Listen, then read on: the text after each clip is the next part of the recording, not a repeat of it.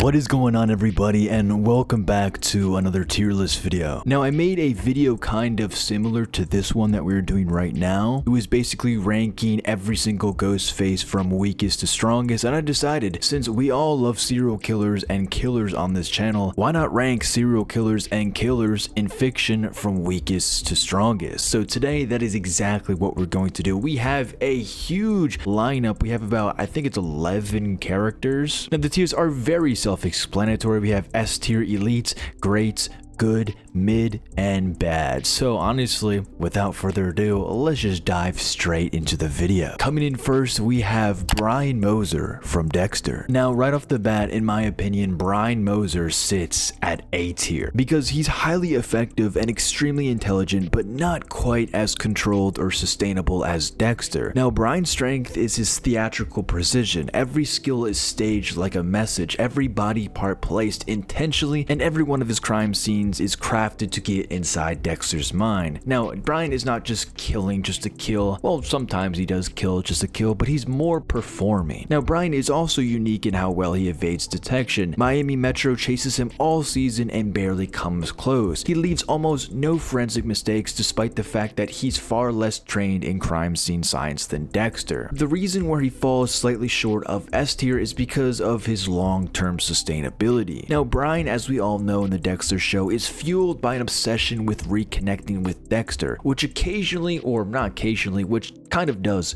cloud his judgment entirely. He risks exposure by getting close to Deborah, and his desire to pull Dexter fully into his worldview ultimately becomes his downfall. Brian Moser would 100% be in S tier, but unfortunately, that's why he's in A tier. And next we have Rick Grimes from The Walking Dead. Now, Rick Grimes is one of the most adaptable killers I've seen in any show. He kills quickly and without hesitation when necessary. Unlike someone like Negan from The Walking Dead, Rick isn't just swinging brute force. He uses strategy. He's skilled with stuff like knives, guns, hand-to-hand combat, literally everything. This man has cleared entire groups by himself and taken out threats with military-level efficiency despite never being a soldier. Yes, he was a police officer, but he wasn't a military soldier. One of Rick's biggest strengths is his mental adaptability. When the world changes, Rick changes with it. And as we've seen throughout the seasons in The Walking Dead, he gets more ruthless and more willing to do what has to be done in the show, which makes him extremely dangerous in any close quarter scenario. Where he loses a bit of ground is his consistency. Rick can become emotionally unstable depending on what's happening around him. For example,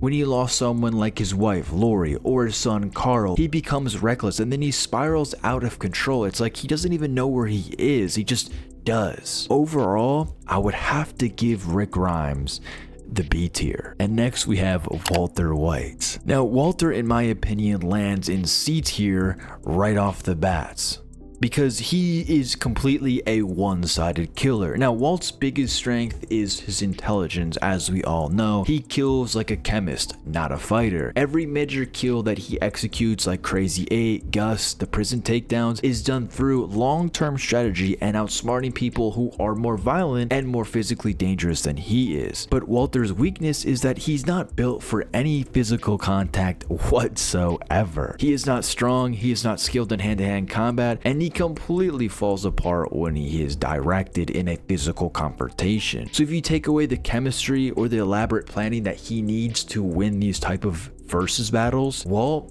kinda sucks. And he never develops the raw killing ability of someone like Mike, Gus, or other criminals in this world. Next we have John Kramer, or Jigsaw. Now, right off the bat, Jigsaw is easily an A tier killer, and I would put him above Brian Moser. But he is not S tier because while he's one of the most creative killers in literal fiction or horror fiction, he isn't physically involved in most of the kills. Yes, he does make the traps. I guess you could kind of say that falls under the physical category, but he's not like going hand to hand with anybody. And that matters for pure killing ability is getting physical. Jigsaw's greatest strength is his mind. John Kramer kills through design and engineering. His traps are engineered with insane precision, each one tailored to force victims into a moral choice or expose their flaws. And he also has loyalists that will work for him and that will kill for him, and that's also a big plus us to go in A tier, right? But unlike Walter, he is willing to put these people in these traps. He's willing to be this killer. Next, we have Negan from The Walking Dead. Now, Negan is absolutely brutal. Like, this guy is an insane killer, but he's not a skilled killer in the traditional sense. His kills rely almost entirely on intimidation and the broken world that he lives in,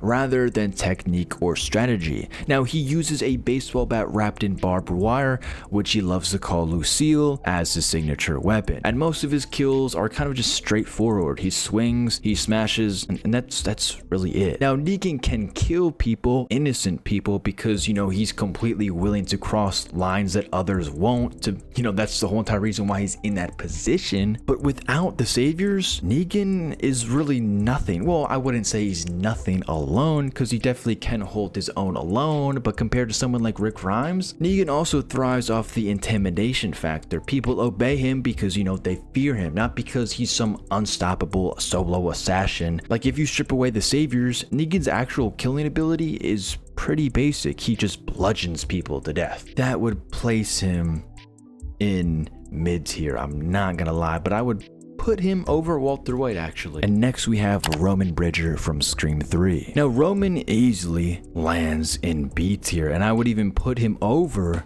Rick Grimes. And depending on how generous you are, he could even creep into a low A tier. Now, it's because he's the most strategic Ghostface in the entire franchise, and he's the only one who worked completely alone. Now, Roman's biggest strength is his planning. He literally spent years orchestrating an entire conspiracy, engineering people's deaths without ever putting himself at risk. Now, that level of long-term planning from literal Scream 1 all the way up to Scream 3 is genius.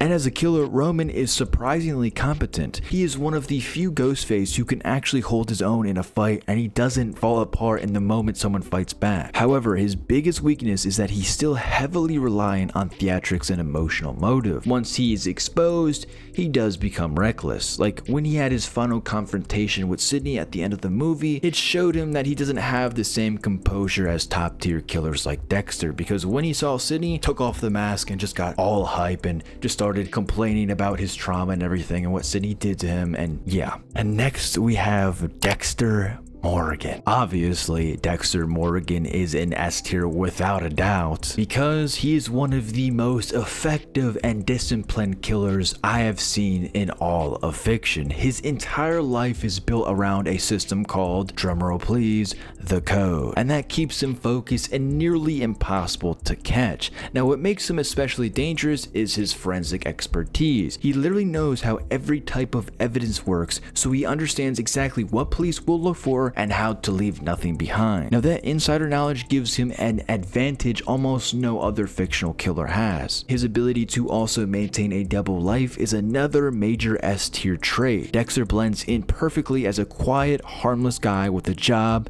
a family, and friends at Miami Metro PD. Meanwhile, he's killing some of the most dangerous criminals right under their noses. And maybe the most impressive part, he survives multiple seasons. Well, he survived all seasons because, you know, the show's still going, and other serial killers that are hunting him in the seasons. And also the FBI that was closing in on him, he outmaneuvered them. So yeah, if he can do all that, you deserve S tier. And next we have Red John. Now, this one might be pretty surprising for you guys, I'm not gonna lie, at the absolute top of A tier. And hold on, let me explain why. Now, Red John from The Mentalist is a very strong killer, no doubt. He's definitely, he 100% could be S tier, but I just feel like he falls short because of a few key weaknesses. Now, Red John's greatest strength is his network, obviously. Unlike most killers who work alone, Red John has built an entire cult-like organization filled with police officers, judges, politicians, so that's amazing. Honestly, you could just give him S tier for that. I'll put him at S tier, but I'll put him below Dexter, I'm not gonna lie. But I feel like something that would keep him from S tier is just because he's not physically capable or versatile as someone like Dexter or Hannibal, because he relies heavily on manipulation and followers rather than personal skill and hand-to-hand combat. Because when the facade cracks and he's forced into a face-to-face situation, he is kind of notably less composed. Make no mistake, Red John is elite, which easily makes him S tier, and he is definitely one of the smartest killers in TV history, but I feel like he doesn't have everything. You know what I mean? He has everything, but then again, he doesn't have everything, if that makes sense. Next, we have Anton Chigurh. I'm not gonna lie, Anton is 100%. I would even put him over Dexter Morgan. He is an S tier 100%. Anton's biggest strength is how relentless he is. Every action he does is calculated. He also never misses, hesitates, or allow any emotion to ever interfere with his killing. Like, his focus and calmness literally almost make him supernatural at this point. And he is also extremely persistent.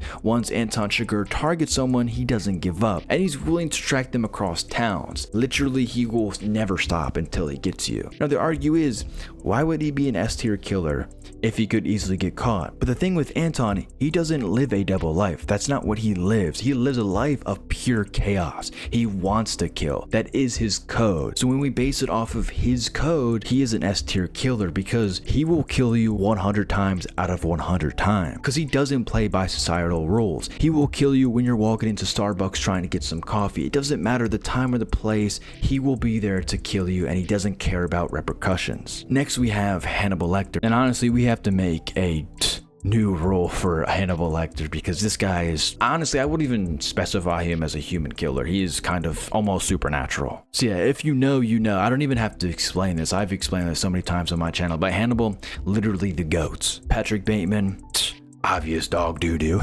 I'm not gonna lie. And Norman Bates, obvious dog doo-doo, but I would even put Norman, actually, no, that's perfect. Okay, I'll just give a little bit of context for Hannibal. Basically, Hannibal is a trained psychiatrist and a genius level manipulator. He can also completely dismantle someone's mind before ever laying a finger on them, kind of like Johann Lieber, but not really. He honestly, if you wanted to be someone like Johann Lieber, he honestly could. He's that good of a manipulator. And on top of that, Hannibal was a surgeon, so his medical expertise makes his kills even better. He knows exactly where to cut and how to obviously avoid leaving evidence. He also excels at one of the hardest parts for any killer is living a double life, and he does it completely flawlessly because he's handsome, tall, wealthy, cultured, and socially powerful. I don't even have to say anymore. Hannibal is absolutely the GOAT. So yeah, this was honestly a longer video than I usually do, but if you guys ever want to see a part 2, please let me know, and yeah, hopefully you guys enjoyed the video.